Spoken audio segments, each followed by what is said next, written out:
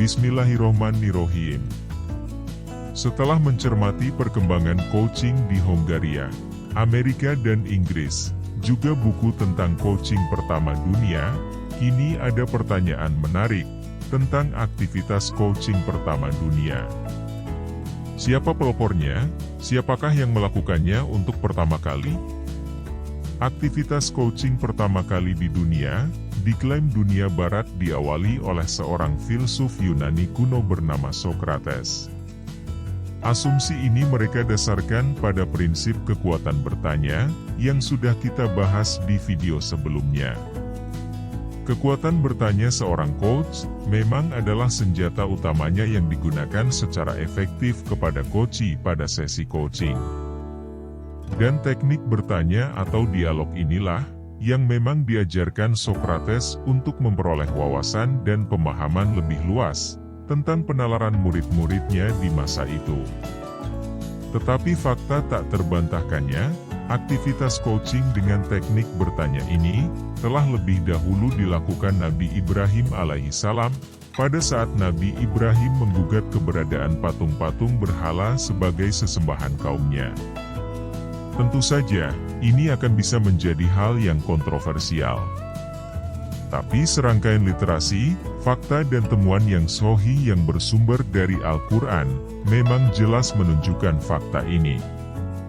Sejak kecil, Nabi Ibrahim terus mencoba mencari tahu siapa Tuhan yang sebenarnya patut disembah. Karena masyarakat saat itu menjadikan berhala, matahari, bulan dan bintang sebagai sesembahan mereka. Kondisi masyarakat ini tentu amat bertentangan dengan kuatnya fitrah kenabian Nabi Ibrahim, yang tidak menjadi puas ketika dalam pengamatannya, Tuhan berhala, Tuhan-Tuhan lain yang menjadi sesembahan itu, tidak menampakkan keberadaannya secara intens, sekaligus memang tidak bisa berbuat apa-apa. Al-Quran mengisahkan proses pencarian Tuhan oleh Nabi Ibrahim dalam surat Al-An'am, ayat 75 hingga 80. Proses ini adalah proses tauhid yang komprehensif dari seorang nabi. Karena bagaimanapun Nabi Ibrahim dilindungi Allah dari sifat-sifat syirik. Nabi Ibrahim sama sekali tidak bisa menerima Tuhan matahari yang tenggelam menjelang malam.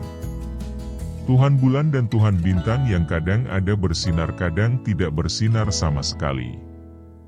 Puncak gugatan dan kegeramannya diwujudkan saat Nabi Ibrahim alaihissalam bertumbuh dewasa. Di suatu kesempatan, dengan gagahnya Nabi Ibrahim menuju pusat sesembahan berhala milik penguasa Raja Namrud saat itu.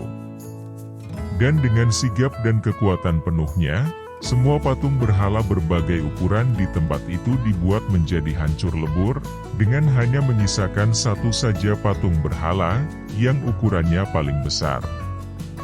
Nabi Ibrahim pun kemudian menggantungkan alat penghancur berhala itu ke patung terbesar yang tersisa. Ketika penghancuran patung-patung berhala ini diketahui banyak orang, juga termasuk para tentara raja, maka dipanggillah Nabi Ibrahim untuk dimintai pertanggungjawabannya. Maka dengan lantanya Nabi Ibrahim meminta Raja Namrud untuk menanyakan sendiri hancurnya berhala-berhala itu kepada berhala paling besar, yang di lehernya tergantung alat penghancur. Penguasa Raja Namrud pun menjadi gusar, berpikir keras dan kemudian menjawab, bagaimana mungkin kami bertanya kehancuran berhala-berhala itu juga pada patung berhala? Disinilah, Nabi Ibrahim membalas pertanyaan Raja Namrud dengan, lalu apa gunanya selama ini kalian menyembah dan menjadikan Tuhan dari sesuatu yang tidak berdaya sama sekali? Momentum inilah sebenarnya Nabi Ibrahim alaihissalam sudah menerapkan teknik provokatif coaching yang kita kenal sekarang. Ini adalah sebuah teknik coaching yang menembus TDS, Transderivational Search.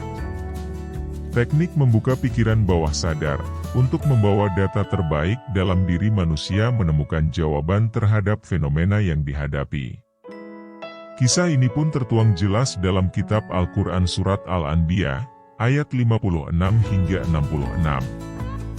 Ini pula lah yang menjadi keyakinan kuat, imbas coach bahwa, Aktivitas coaching pertama kali di dunia bukan dilakukan oleh Sokrates, tetapi oleh Nabi Ibrahim alaihi salam. Bisa jadi, keyakinan kami juga menjadi jawaban terbaik jika pertanyaan sepenting ini sampai juga pada Anda teman-teman coach muslim se-Indonesia.